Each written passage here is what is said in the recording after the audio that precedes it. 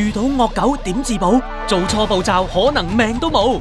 舊年住喺流浮山嘅國泰 OL 出門返工嗰陣，俾2隻藏獒咬到皮開肉裂。其實過去5年漁護署記錄嘅狗咬人 case 夾埋有8600宗，平均每日至少有4單。假設你去探住喺新界村屋嘅朋友，突然有隻大狗邊吠邊衝埋嚟，你會點做？你有3個選擇 ：A. 掉頭走，有咁快跑咁快 ；B. 企定定喺度乜都唔做 ；C. 反擊大叫作勢踢隻狗。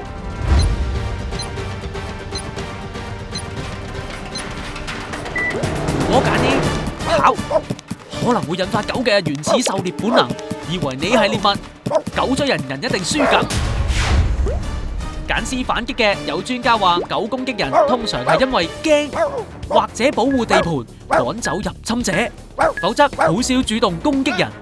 衝過嚟有可能只係想聞下你，亂咁反擊反而令到狗覺得你有威脅性。其實你只要揀 B， 企定保持冷靜。Dog Trainer Season Milan 教路唔好同隻狗有 eye contact， 見狗狗情緒平復翻少少，就好慢咁移動佢嘅視線範圍側邊。呢啲身體語言都係話緊俾佢知你冇威脅，通常佢自然就會走開。當然唔係包生仔啦，真係咁唔好彩，隻狗咬落嚟可以將手袋、外套遮呢啲隨身物品掟去佢塊面俾佢咬。又如果佢已經將你撲落地，記得收埋手指，揸實拳頭，雙手護住頭部，打側捲埋個身，呢個姿勢可以保護你塊面、喉嚨、心口同重要嘅器官。